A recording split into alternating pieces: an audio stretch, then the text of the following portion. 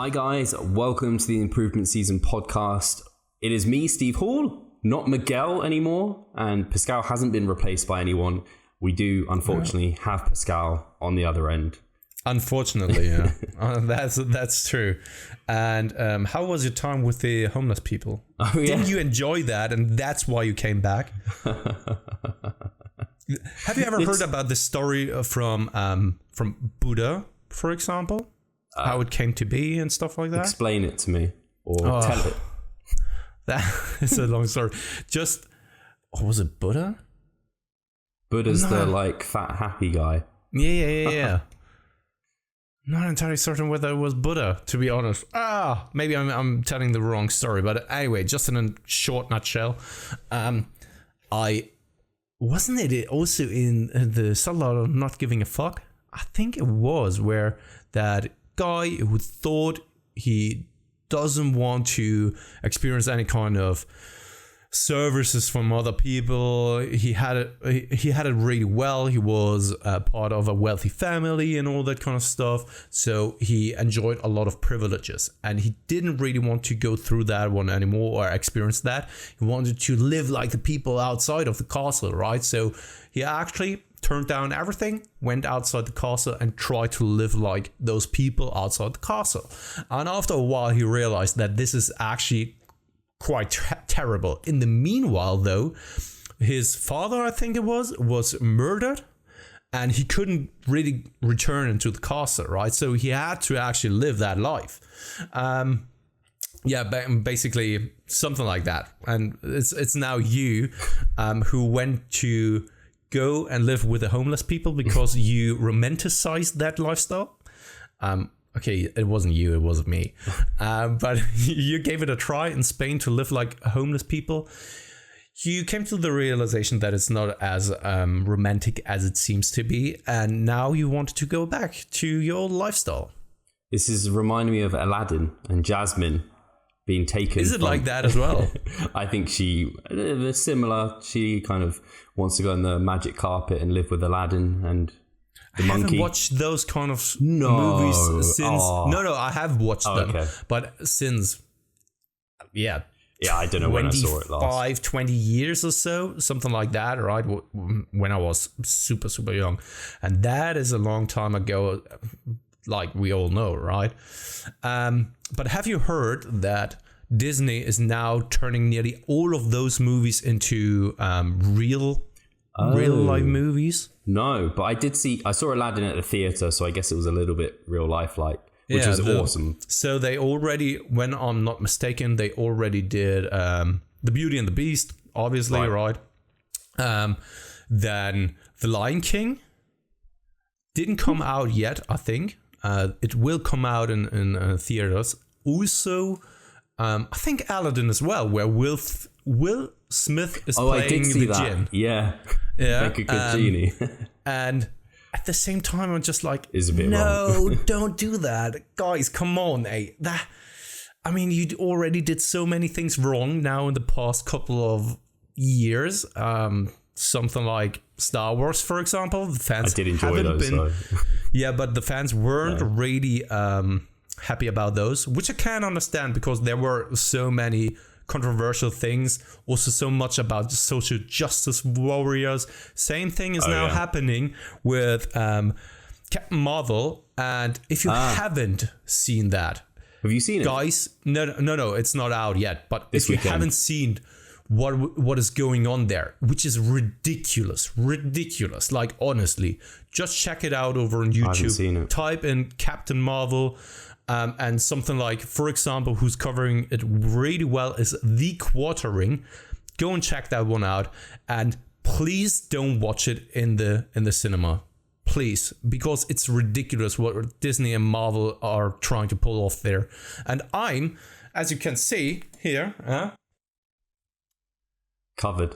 Yeah, covered with just comic characters. So I'm just an enthusiast about that, but I am boycotting watching that one in the cinemas because it is so ridiculous that is going on there, especially like SJW kind of stuff, right? That social justice warrior kind of stuff. It's ridiculous. It's ridiculous. Absolutely ridiculous. I need to have a look at that, and I need to show Cameron because we've said we're going to go see it. It's. I hadn't seen any of this. I'm not really someone who's easily like, no, come on, what's going on there? It's none of my business. I just want. So when it comes to something like Marvel, or just something like Star Wars as well, I don't give a fuck about those SJW kind of topics in there. No one cares. They want to get into a fictional world and enjoy that world without any kind of subtle message about, I don't know, female power or so. Everyone who knows me, I'm just a super tolerant and liberal guy, but I don't need Disney or Marvel to tell me, like, female empowerment. Come on, eh? And if people are then criticizing the movie and what Brie Larson is saying there, they are turning it around and saying like, yeah, you just hate females, you're just trolling. No, that's not true.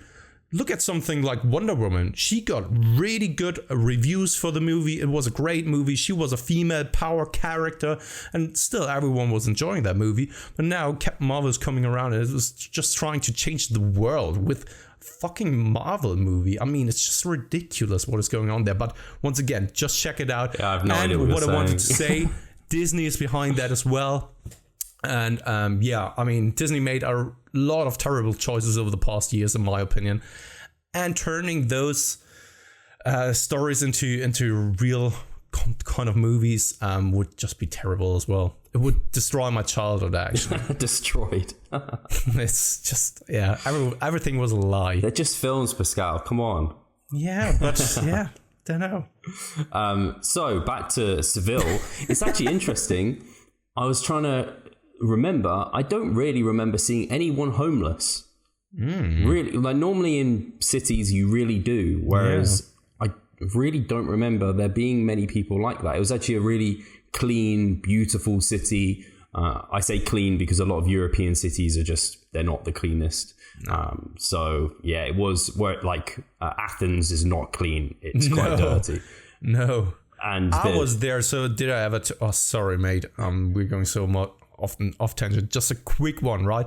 I was there in 2015, and you really saw the financial crisis there. And I was walking through my district. And it was crazy because that was really frightening. There were just like corners where you've seen like needles, like a needle stack just sitting there, right? And so many places, just stores shut down, out of business, and all that kind of stuff. So it was quite a sad look. Yeah, thankfully it wasn't that bad when we went to Athens, but it was still fairly grummy. But Seville was, really clean, really, I mean, some of the stuff there is beautiful. And it's really nice seeing the Plaza, I always say Plaza de España, which is where they filmed some of the Naboo scenes, which was really cool. And you could actually look at it and you could be like, actually, I can see the film being there, which is really cool. Talking about Star Wars again. So, no, it was a really nice break. I said I'd maybe train once when I was out there, and I thought I would, but I didn't train. Because, I don't know, I just found myself in the morning having like half an hour to do body weight stuff. And you can actually, if you're a bit, like you experiment, you can actually get a decent kind of body weight workout in. Even like doing single leg hamstring curls on the couch, like suspended, like that actually works fine. And thankfully, normally pulling is the issue. And I always forget to bring bands with me, which I think is the way you'd probably be able to get around it if you wanted to do something. And I just hung under there was like a breakfast table. So I just hung underneath that. And it was actually, that was the hardest thing, was doing the pulls to that. I was like, geez, this is actually like proper overload. Look at you now. Close to 200 pounds that you're pulling up there. Yeah, actually, that's true. I'm a lot heavier than I would normally have been. So yeah, my body weight when I came back is hovering around 197, 196, which is a couple of pounds down from like peak end of the mass. But I guess that's typical for losing probably some water retention, and carbohydrates have been down like 400, 350 around that. Whereas before they were like 600 plus, which is a huge drop. So sodium intake would have dropped as well. So yeah, whilst I was out there, I was just doing that body weight stuff, just like basically while I actually could do all of that before Charlotte was even ready in the morning. So which we normally left our place at maybe like 10:30, maybe, if we were good. But we were waking up. I think I was waking up at like 9, so I was waking up and then Charlotte will be up at like maybe 10. It's so funny because recently Katie was just like saying, I honestly don't remember the time when the last time I slept until after 8 in the morning. It doesn't surprise me with Hugo, though. Yeah, that's totally. But neither did I, to be honest. What time? You've been getting up even earlier now. You've transitioned into an earlier routine, haven't you? Always 5 in the morning, but I don't know if that will change because right now I'm doing my motorbike driver's license. Also due to the fact of being a little bit more flexible and mobile. Whether I'm sleeping in a little bit longer then, because traffic doesn't bother me then anymore because I can just pass along, right? But I don't know. Maybe I will keep that, and also this will probably be impacted by the child then, because a couple of days ago, Hugo had like night terrors, got up in the middle of the night, 3:30, and I couldn't fall back to sleep, and I just went to the gym straight. Oh my God. Because it was just like, okay, I'm just too wound up, and what am I doing now? Train. That's cool that actually that's when 24-hour gyms are quite cool when that happens. Yeah, totally. But I have had that with clients who have said to me they've been like lying awake for like half an hour to an hour before they get to sleep, and I'm just like, not get up and go to the gym. Normally I'm just like, you do want to get out of that bed and just like go to a dark lit room, start reading, and then come back, because then you associate your bed with being awake, which is not what you want at all. Absolutely. What time do you head to bed? So most of the time I'm always heading to bed at around 8 already, because Katie and Hugo are lying on their bed, or not their bed, but Hugo's bed, and Katie's there. It takes him about an hour to fall asleep, and sometimes she falls asleep at the same time as well. And I'm going to bed at around 8, reading something there, and then falling asleep at around 9 to 10. So, just because I was thinking, I think I was messaging you quite late. I don't know if it was even last night. I was like, is Pascal still up working, or I don't know. What is he doing there? Yeah, sometimes I'm lying in bed with my mobile phone. I know, it's not the best thing to do. Fuck my life, Pascal. That is not optimal. No, it isn't. You're not allowed to be a coach anymore. No, my gains. I felt my gains are actually going to waste in the middle of the night.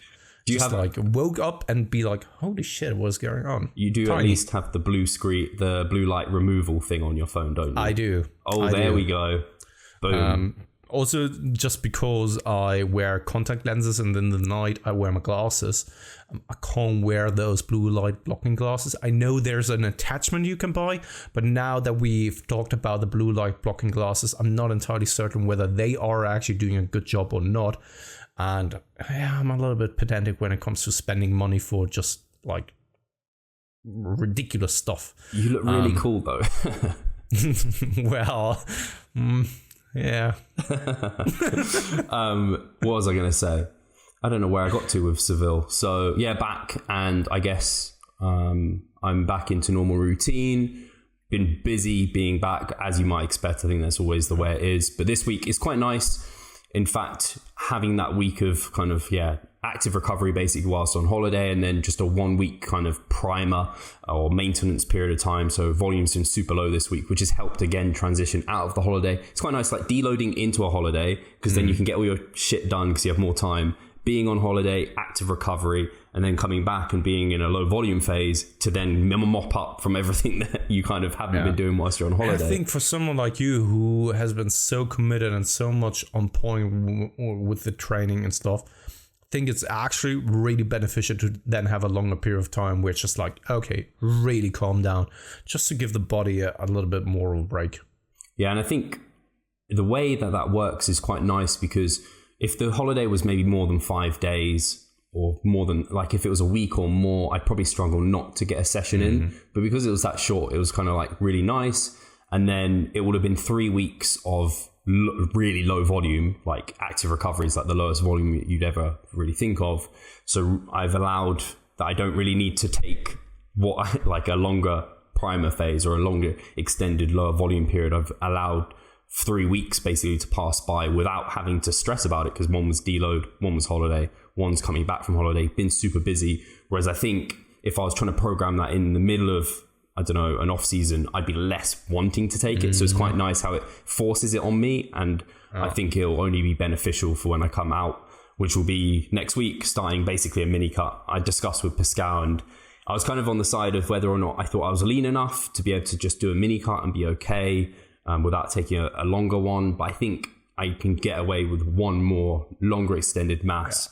Where I do reach the 200 pounds and probably maybe hover a little bit above it. It depends how low I go on the mini cut. I think I'll get to the mid 180s. So then up 15 pounds in like 15 weeks after that sounds pretty reasonable. And then, Absolutely.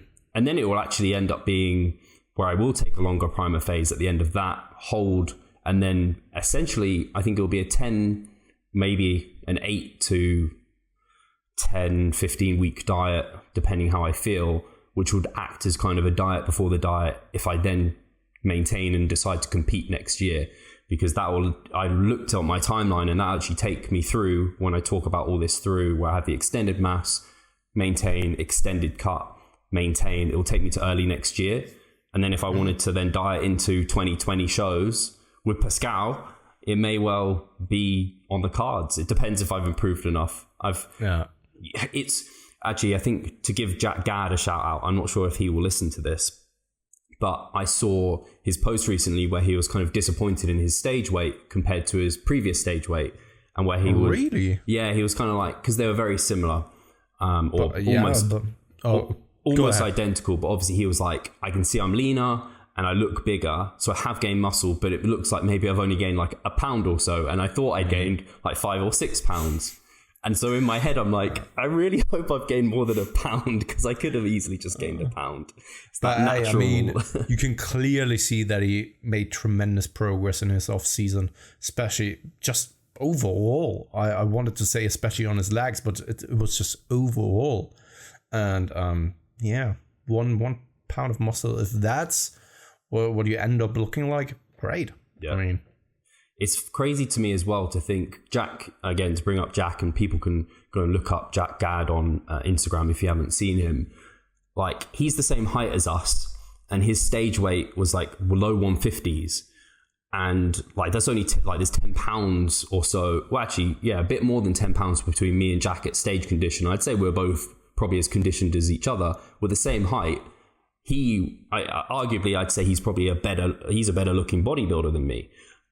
But like, I'm 10 pounds heavier than him, and it's not necessarily muscle because we're similar strength levels. So that just goes to show you bone structure. I'm assuming that's where it comes from. I just have bigger bones, like which you can see in our bodybuilding type structure. He has a tiny waist. I have quite a big waist and things. Some of it will be the bone structure type thing.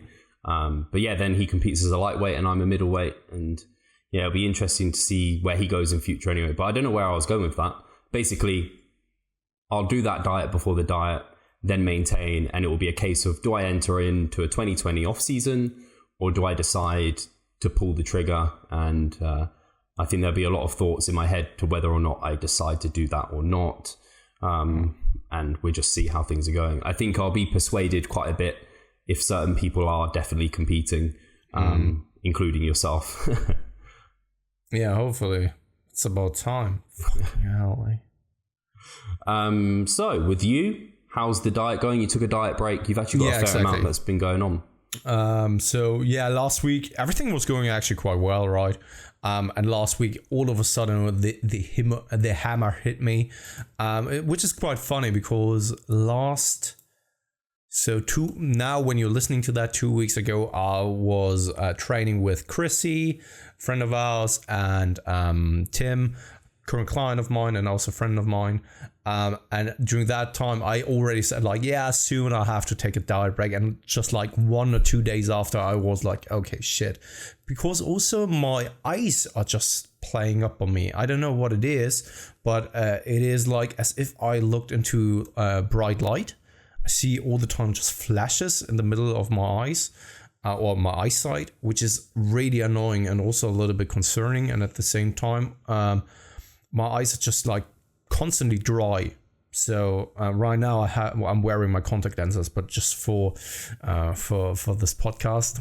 Once this is over, I will put my glasses back on. Yes, I'm so Wayne. So it was a little bit concerning and also a little bit of an indicator to me that probably a diet break is now needed. I pushed it a little bit harder in the first couple of weeks. It was my 9th week in which I took a diet break, which is right in where I'm aiming to take a diet break. So I'm always like recommending 8 to 12 weeks for people to take a diet break, just like as a general guideline. So was in my timeline, did it a little bit prematurely, 2 weeks earlier than I wanted to, but that's all right. It was planned, it was there. If I have to take it a little bit earlier, that's all right. If I end up taking it a little bit later, that's all right as well. So yeah, I'm now eating a little bit more until the end of the week. And then it's back to dieting until the May seminar. And then straight after the May seminar in London, I will go on holiday. And this is probably the second time where I'm taking a diet break, and maybe even call it a day when it comes to the cutting phase, because we discuss things in the sense of, okay, does it really make sense now to cut like for 8 or 9 months this year? No. Not when I'm planning to step on stage like next year. Unfortunately, I have to say, probably in the entirety of my career, I have been dieting maybe 50-50, so dieting to gaining, or even longer in a gaining phase, in a cutting phase, which is not cool. And I'm not proud of saying that, but it is what it is. And because of that, there needs to be a time now where I'm slowly starting to do my gaining phases, or take my gaining phases a little bit more seriously, make the best out of it, and also accept, just from an appearance perspective, just to, gain weight. Because, I'm now 31 years old, and this year I'm becoming 32, so the time is not in my favor.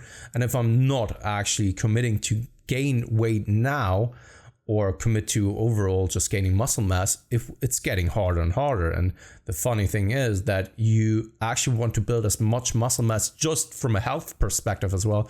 I'm not just talking about bodybuilding, but from a health perspective as well, in your early or younger years, so that when you are getting really older, that you're not running into issues because of sarcopenia, and because then it's getting harder to actually build the muscle mass and stuff, right? So I just need to start gaining at some point, and because of that, it would be stupid to now diet for 8 months this year. Probably getting down to a decent level, maybe 70, 78, 77 or so, and then from there on gain up to 80, 82 or so, and then start the contest prep.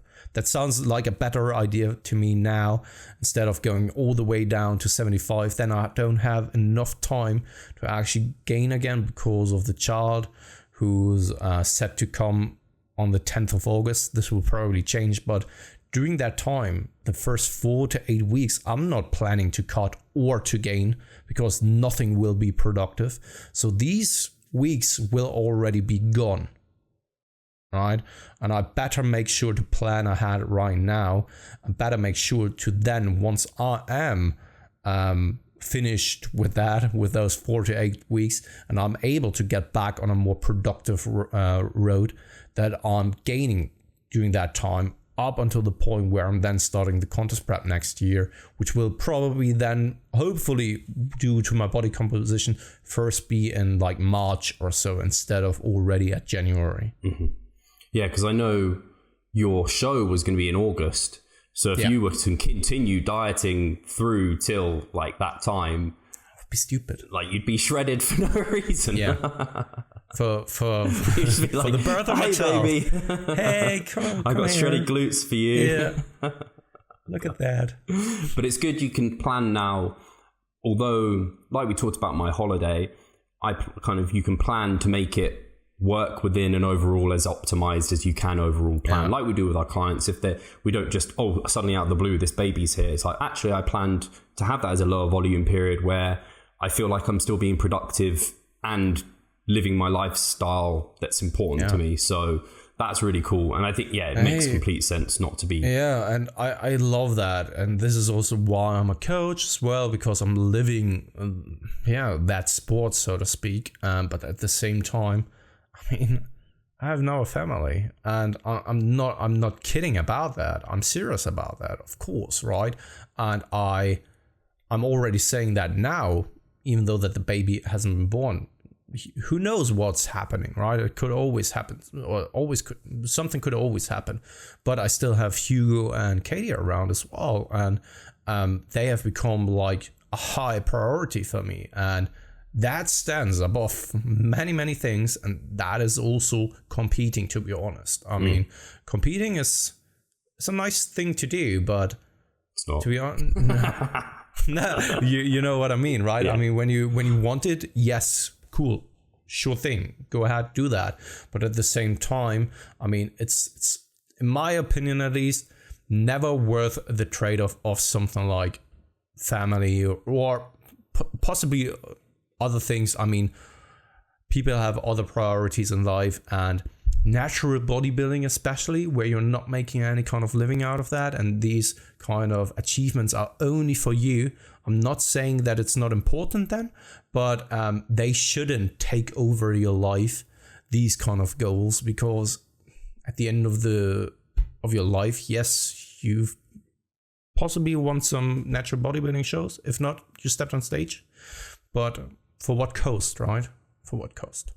Especially when we look at most of us who are competing in this sport, unfortunately, most people like myself and Pascal, we're not and I don't like to throw out the genetic card or whatever, but there is elements of that, of course, whereby we are never going to be, and environmental factors lead to this as well, where we're never going to be the best of the best. So for us, and for most of the listeners, the prioritization of bodybuilding shouldn't override quite a lot of factors in life. And it's something to remember, especially when you are looking to compete. Like Pascal is not just competing for the sake. It's kind of like, I'm going to do it when I can do it well and not have to let other things in my life go by the wayside. I'm going to keep control of all of that. And on that note, I have a client who just finished a really successful mini cut.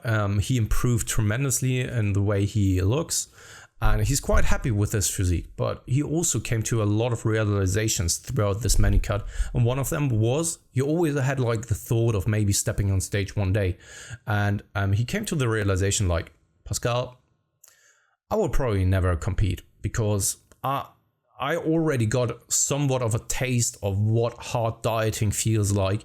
And I can't even imagine how it's going to be like when you are actually really digging in those kind of competitive stages. And this is actually nothing I want to go through.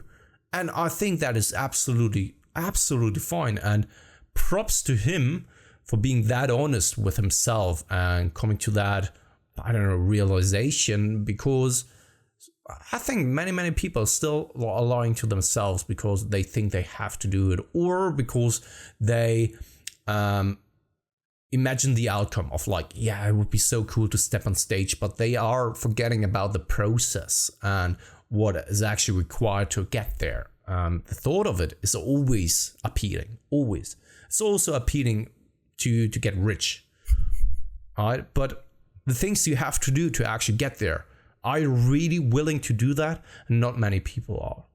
And I think it's really important also just to state here quickly, because I know we should get some questions, is like for me, and even for Pascal in some ways, but for a lot of the people we see on social media who are competitors themselves, and you see them on social media a lot, they have a lifestyle that complements getting to stage in many ways. So for me in 2017, like, I'm an online coach. I can work from home. I can make all my food here. I can go to the gym whenever I like. I can design my life around bodybuilding in many ways.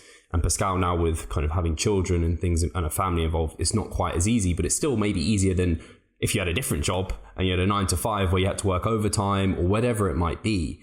So people often forget that. And so there's people competing who don't have that setup, who it is just even harder to get to stage. I think that's always forgotten because you just don't see it. You only see the highlight of the people that are the normal competitors, and then these other people on the side who are normal people living more normal jobs. Potentially they don't post about it because they haven't even got time to do that potentially. Yeah. And hey, mate, the thing is that this is something many people forget there as well. And this is something I just wanted to add what you just said there, is I'm getting up at 5 a.m, not because I have to, right? But because I want to train. This is my trade-off for the cause. And otherwise, I wouldn't be able to finish or to do all the things I need to do on a day-to-day basis in regards to the business. Also with my, I would even say, duties as a family man. Because that I'm making room for that at 5 a.m. Is it cool? Is it fun? No, I could imagine other things that are more fun than getting up at 5 a.m. But it's just what I decided to do for myself, and I can totally understand when other people are not willing to do so. But sometimes, if you really want something, these are just the trade-offs you have to take to actually at least have a chance to get there. And yeah. Cool. Right. Should we get to the questions? I think we're on. The first one's from Tyler. And I have a really disappointing answer for this because... No, we answered that one the last time. Perfect, because I have a really disappointing answer for that. So we will go to Cosmo, who has the question, how long does it take to adjust to a surplus of calories and stop gaining weight? I think you have probably a really good answer for that because you're going through that yourself already. So, like every single question that you could ever ask in health and fitness is going to be like, it depends, which isn't a useful answer particularly, but it will depend a lot, probably based upon your genetic makeup and what sort of metabolizer you might be. If you're someone who has one of those kind of thrifty metabolisms where you just are a bit sloth-like, you just absorb food, and you could probably put yourself in a 300 calorie surplus, and you'll gain weight indefinitely. Pascal's already said as if that's him. So then there are other people, and Anna comes up so often in our podcast, but I'll give Anna a shout out because she is a small female. Well, she's female. She's not large. Like, she's not a big person. And she is on 3,600, 3,700 calories and slowly gaining weight. And she came to me on like pitiful calories, essentially, like very low. And we've just slowly had to keep building. And she is an extreme end of the bell curve example. Someone probably more mid bell curve to like Pascal at one end, where small surplus leads him forever. For me, I have to slowly build it up. So after obviously your weight goes up. So that's part of what happens as well. You also just start increasing your metabolic rate. That can happen. But I slowly went from like 3,005 to 3,7 to 3,9 to over 4,000 over many months. So what I would say is it also depends where you are on within your diet. So if we're just talking about all things being equal, how long does it take to adjust to surplus calories? I'd say that initially, if you're coming out of a dieting phase and you're going into a surplus, there will be initial more rapid increases in calories required maybe every kind of couple of weeks. Whereas once you've been in a surplus for a long period of time and you're within a range of body weight that is quite normal for you, I think it will take quite a while for you to have to. And then you'll probably hit a point where you're at your upper end of like your normal settling like body weight, where for me, that's like 190 pounds. I'd never gone over that. To get over that, I then had to push calories a lot. So you'll probably see somewhat of like a quick rise, steady, and then have to push again. For the average individual, it will look different for everyone. But yeah, it's mostly a case of your metabolic rate somewhat increasing and then body weight trickling up.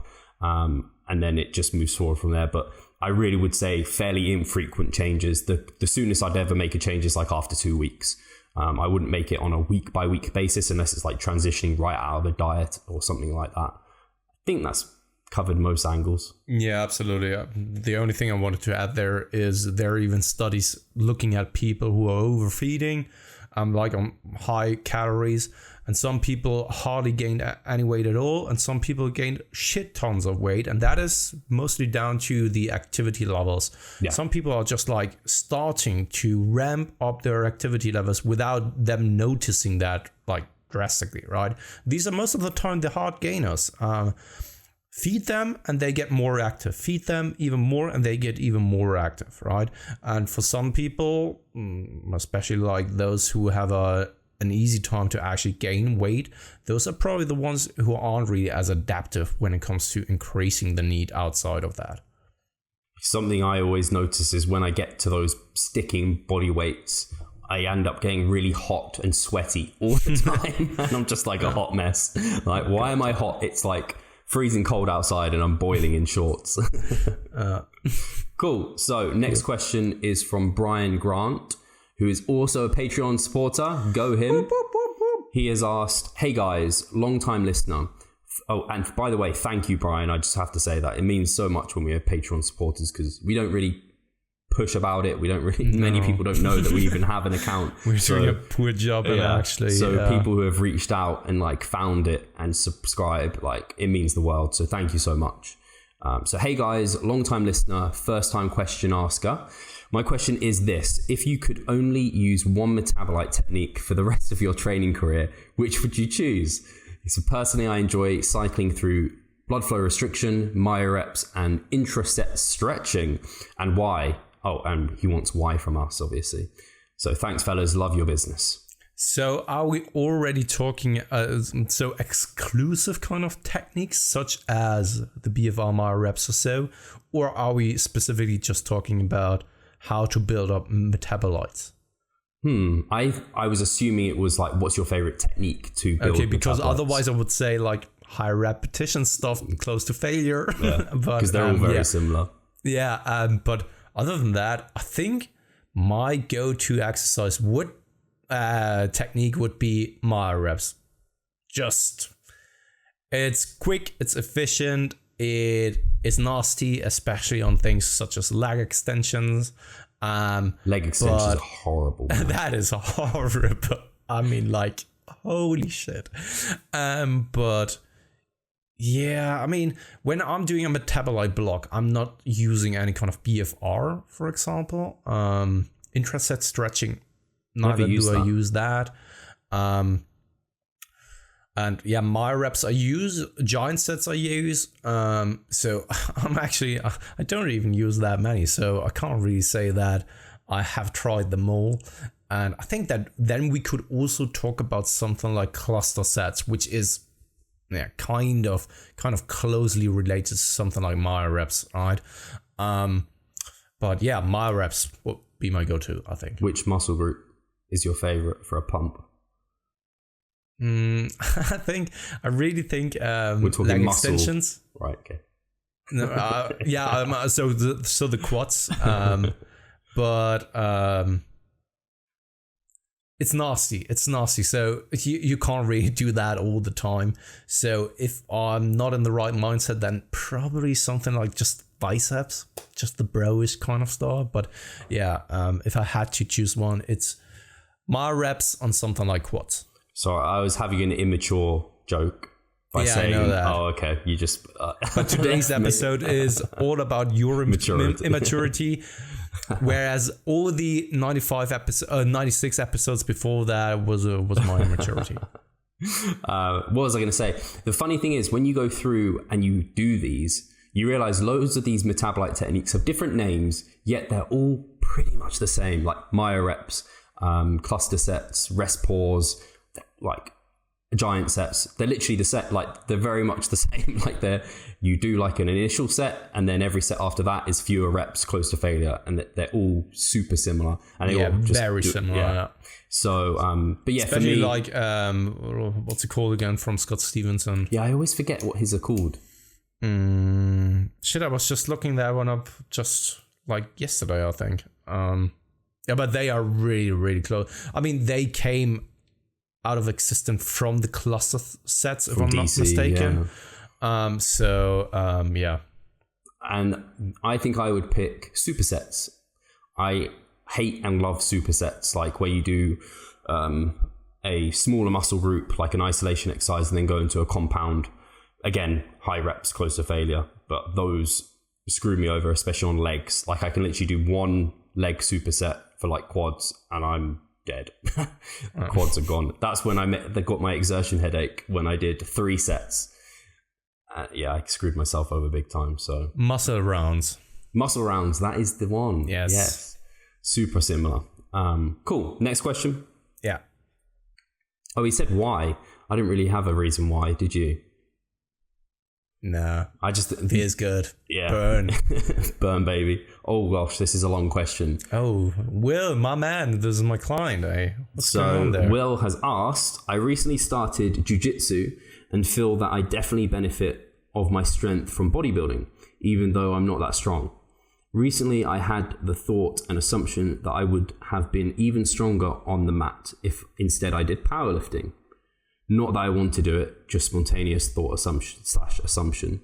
I then kept thinking that may not be true, since bodybuilding mainly increases muscle volume and fibers, and thus strength in general is a side effect. Powerlifting, on the other hand, is more about neurological adaptations for a specific movement pattern, such as the big 3. So then I wonder if the strength of a powerlifter really is that superior to a bodybuilder when it comes to a completely different movement pattern than what these two athletes are used to, in this case grappling. Do you think this is the case? Do you think that a powerlifter is stronger in all situations, especially martial arts? Cheers, Will. Really interesting question, and just my initial thoughts would be when it comes to strength output, yes, they are. Pound to pound, I think that they will be probably stronger in nearly any kind of way when it comes to just, the true force output. Also, just because the motor unit recruitment that you have and just the neurological adaptations from powerlifting are more so really just primed for force output, right? And bodybuilding isn't really. Bodybuilding, a huge part of bodybuilding is just also the mind-muscle connection and stuff like that, right? And chasing things such as metabolites every once in a while as well. Sure, whether it is super important, metabolite accumulation for hypertrophy is still a little bit unclear and all that kind of stuff, but there are certain ways and certain techniques how to build hypertrophy, and I don't think that hypertrophy in it for itself, even though it has the potential, it doesn't really directly translate to force output. And because I prime intent, or the main intention of a powerlifter is actually force output, I think that it will translate much more into something like a fighting sport or a combat sport than bodybuilding does. Interesting. I think I agree with the force output completely. My only line of thought is whether or not, because grappling and jiu-jitsu and stuff, obviously being bigger generally and being heavier is beneficial, which obviously bodybuilding, more hypertrophy-based work could help for. And then when you think about a bodybuilder, quite often when they do these like tests, I know there's been YouTube videos where it's like, I think there was even a famous one with Tom Platz versus Hatfield, and they kind of did a test of like who was better at what rep ranges and whatever. So bodybuilders are generally stronger in the higher rep ranges, which makes sense. We have those more type 1 muscle fibered. Is it type 1? I always get these confused. Type 1, the endurance muscle fibers more so developed. So in a sport like jiu-jitsu, I wonder if having some more endurance-based musculature that is stronger for reps would be superior to like having muscles that are more power-based for one-up rep maxes. I wonder if it would just, all things being equal, would be very equal, like very similar. I'm not sure. It's just an interesting So I'm definitely no expert on that one. If so, I would even think about looking into stuff from Andy Galpin, because he is working with MMA fighters, and he's just the man when it comes to muscle fibers and the recruitment of muscle fibers. So he has probably the better answer for you. But when I take a look at someone like Chad Wesley Smith, who transitioned over to jiu-jitsu now, who is just a freakingly giant, strong, and big guy as well. But I think that his size will probably contribute to making things easier, right? But at the same time, I just think that his strength will benefit him so much, just like the grappling and the pushing. And because what you're doing as a powerlifter is basically producing as much force in one given moment as possible. And for that, you just need to recruit a lot of motor units at the same time. And when you are neurologically primed for that, I think that especially for something like jiu-jitsu, where you're not like fighting for like boxing, right? Where you have 12 rounds, each 1 minute, or how long is it? 2 minutes or so? I don't know. Thus, it's more of a couple of seconds. I think that powerlifting would probably be the better choice for something like that. It's just my assumption, though. Yeah, I think the explosiveness, especially, like you just see that, and the power output. So, no, cool. Interesting question. Next one is from, how would you pronounce that? Miller or Myla? Mila. Okay. Different. What would be some good strategies for avoiding muscle loss when peaking for a competition, Olympic lifting? Coincides with cutting to make weight. Okay. I know broad solution is high volume training and with the accessories, but would that not interfere with the peaking process? Thank you as always for your top-notch content. And Steve, your arms are... Never mind. God, what have I started there? I know. I saw on the recent summary videos. Brilliant. Yeah, the summary videos. Nearly all of the commentary there was just like, yeah, Steve, your arms got so big. I don't know what I started there. I'm going to have to do the next one topless. Yeah. Right. This is like the people from a political kind of perspective who are saying like, don't talk about it. And because people are entitled for free speech, they will talk about it. And I always said like, don't compliment him. And now everyone is complimenting you on your arms. It's brilliant.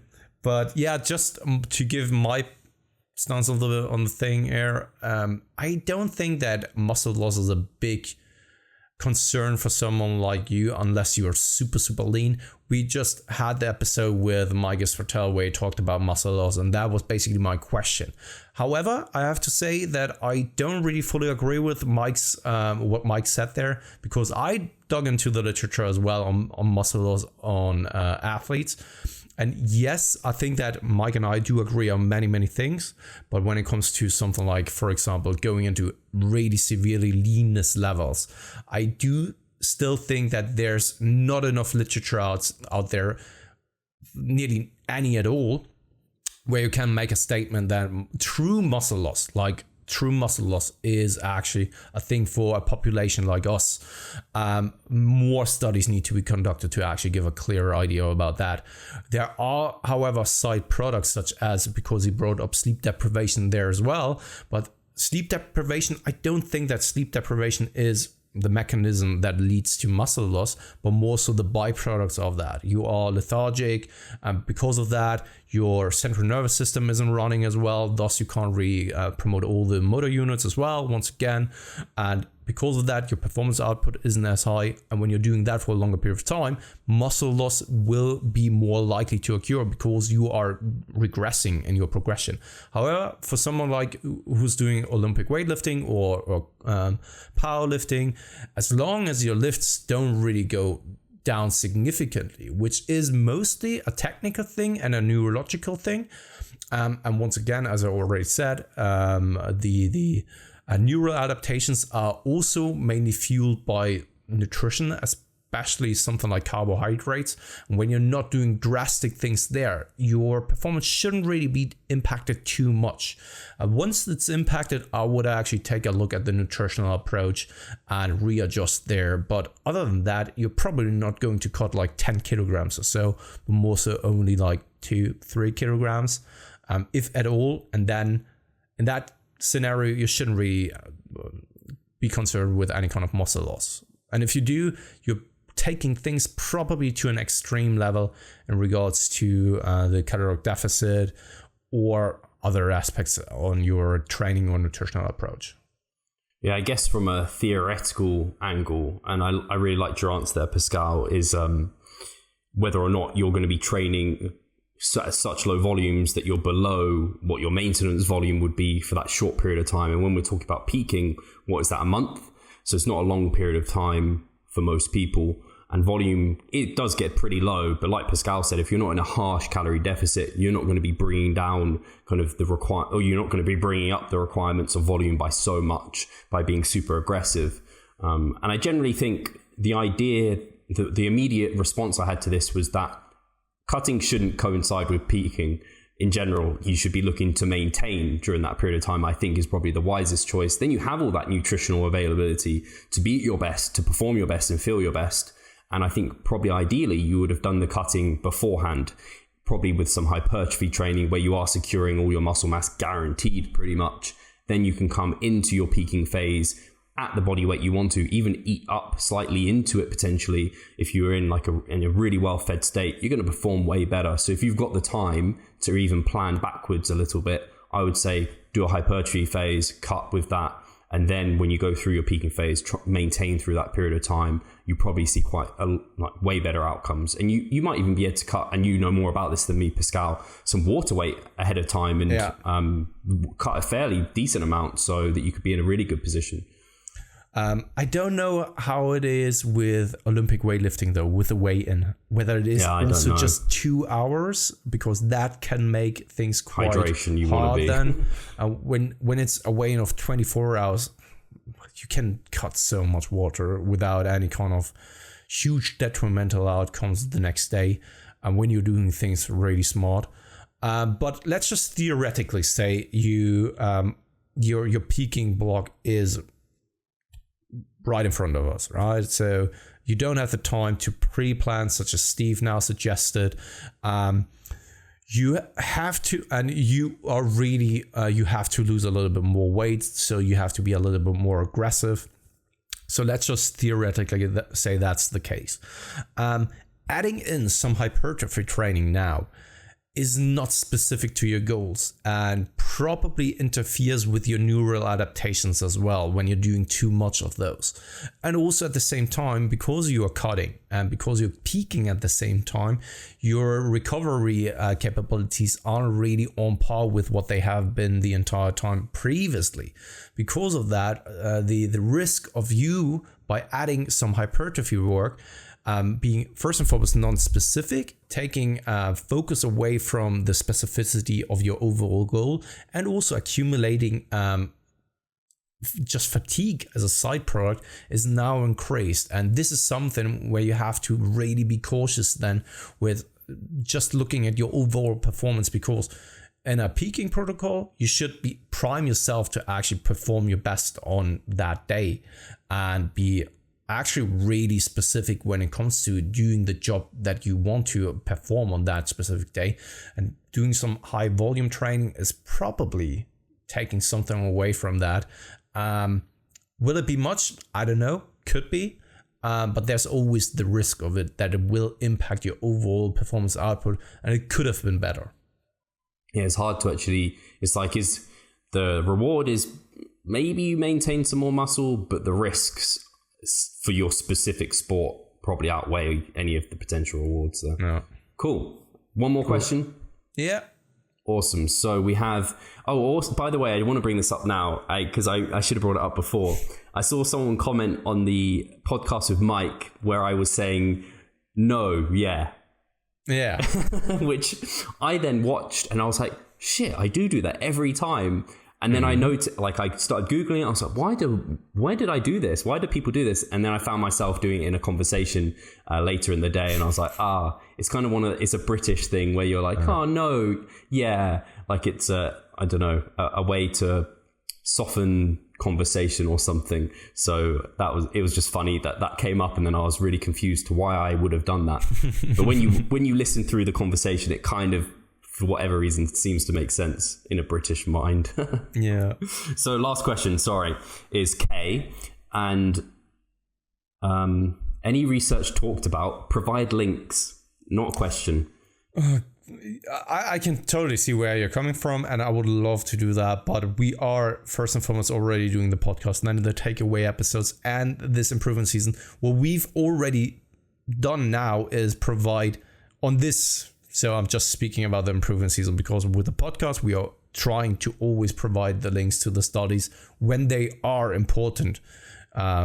On the improvement season, though, we've added already the timestamps, which we didn't do in the past, because this is more a conversation Steve and I have when we were to try. So we don't have a team behind us that is actually taking care of setting up the timestamps, finding out all the links of the studies that we're talking about. And most of the things you can find yourself. And this is not me trying to finding an easy way out for myself, but it's the same when people are like on Facebook asking like, okay, cite this, give me the link to the study. Mate, you have Google yourself, find it yourself. The information is available out there. I don't know if that sounds too harsh, and if it does, then I'm terribly sorry.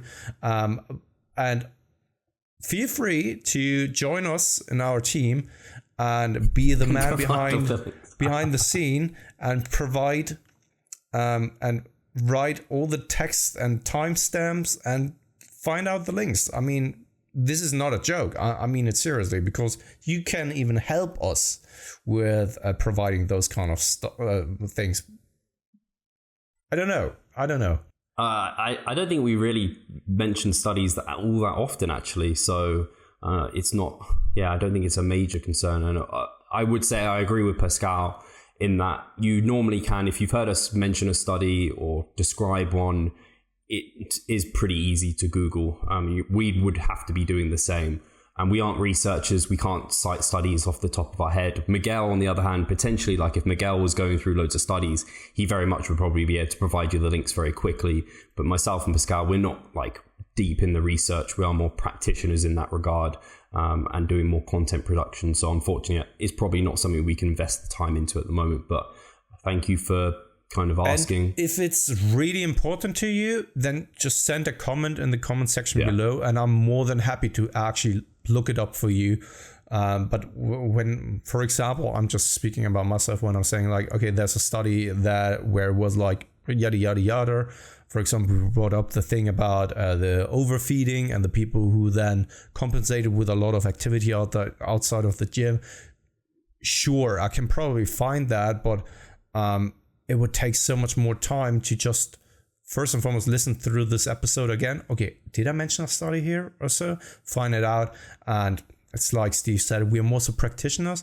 But once again, if it's super important to you that a certain study, post it in the comment section below, and I'm more than happy to actually find it for you. And other than that, you can always go on Google Scholar or PubMed, type in some keywords and find it yourself. It's interesting. I don't know about you, Pascal, but a lot of the time when I learn a lot about studies, it's maybe through, and the one you're talking about, I think I actually heard that, or at least it was presented me through a seminar with James Krieger. And so I actually don't even necessarily know the name of the study or the authors, but it's more so I'm learning through a researcher who is then kind of doing a review for the study for a practitioner, which is me, which is an absolutely fine way to learn, and is why I generally don't always know the name of studies. And I think there's a bit of a risk of coaches sometimes feeling like they should know and should be reading the research inside and out. And I think having an understanding of research is brilliant, and reading some papers is great. But there are people that maybe can do that better than you, who are more qualified than you, and provide services that you can pay for and get the best information at your fingertips much more quickly. And this is why we support MASS, and we are an affiliate with them. This is why we have James Krieger on, and we support him in weightology and these sort of things. So I don't know, it's a side tangent, but I just thought I'd bring it up because I think a lot of the time people feel pressured that they should know these studies off the top of their head and have the links and all of this. It's funny because Nick Tuminello once said that, I don't know, was it on our podcast or was it just a Facebook post? We basically said I don't know the exact words, but you are a coach and no one is paying you to cite studies. you are being paid for getting results. And if some studies support your methodology, yeah, cool, right? But you are not the one who is doing the meta-analysis and needs to cite all the studies. And no one, I mean, in that regard, when you are actually providing some kind of training protocol or so, and you're basing that off of a certain study, a couple of studies, you're probably not going to give that to your client as well, saying like, yeah, this study here and this study, right? I just made sure to cite it for you. You are a coach and you're paid to get results, and there are plenty of really good coaches out there who aren't really that much into the science, which is absolutely all right, because that is not their job. They are not like the practitioners in the sense of being in the lab or providing that research. They can interpret that if they want, but it's not mandatory, and it's also not really that important for a coach then to bring up all these studies all the time, like from the top of your head. No one is giving you extra props to that. You're not doing any kind of additional benefits to your clients, and being able to cite that or say from who it was the study was conducted by. No, I mean, there's no benefit when you are a coach. I can see it from a perspective when you are a researcher yourself, you're looking into that, or it's a really important study for the field maybe to know that possibly, but imagine if every client update we had to have a reference list to support our actions behind every single thing we did. Just be like, oh god. Okay, so I know that you've played in Men in Black, so you will probably understand where I'm coming from. That this is not being harsh, or I don't want it to come across as negative or so, right? Or trying to dodge the question or anything like that, or the actual thing about we need to cite that in the comment section below. Head over to something like the discussion and debate from Mike and Lyle, episode 142. There I made a great effort in citing every kind of source that was important for that, the studies mentioned, and also like Facebook conversations even, right? Because it was so important for the entire context. But I don't think that, and for the majority of our discussions here, that the study in it for itself or the studies discussed are really that important. It's more like just to support maybe just an argument we have. Pascal, something I think would be worth our time, really important, is if we could now get you to edit in one of those Men in Black stick things, and I can do it as the end and wipe everyone's memory, and you never know this episode ever happened. Yeah, exactly. Oh man, I love the Men in Black. Yeah, absolutely. Great. And film. I heard, no, let's not talk about movies. We are already over an hour now. So, guys, thank you as always for your questions. As always, comment, like, tell me I have massive arms, and we'll catch you soon. Yeah, fucking hell.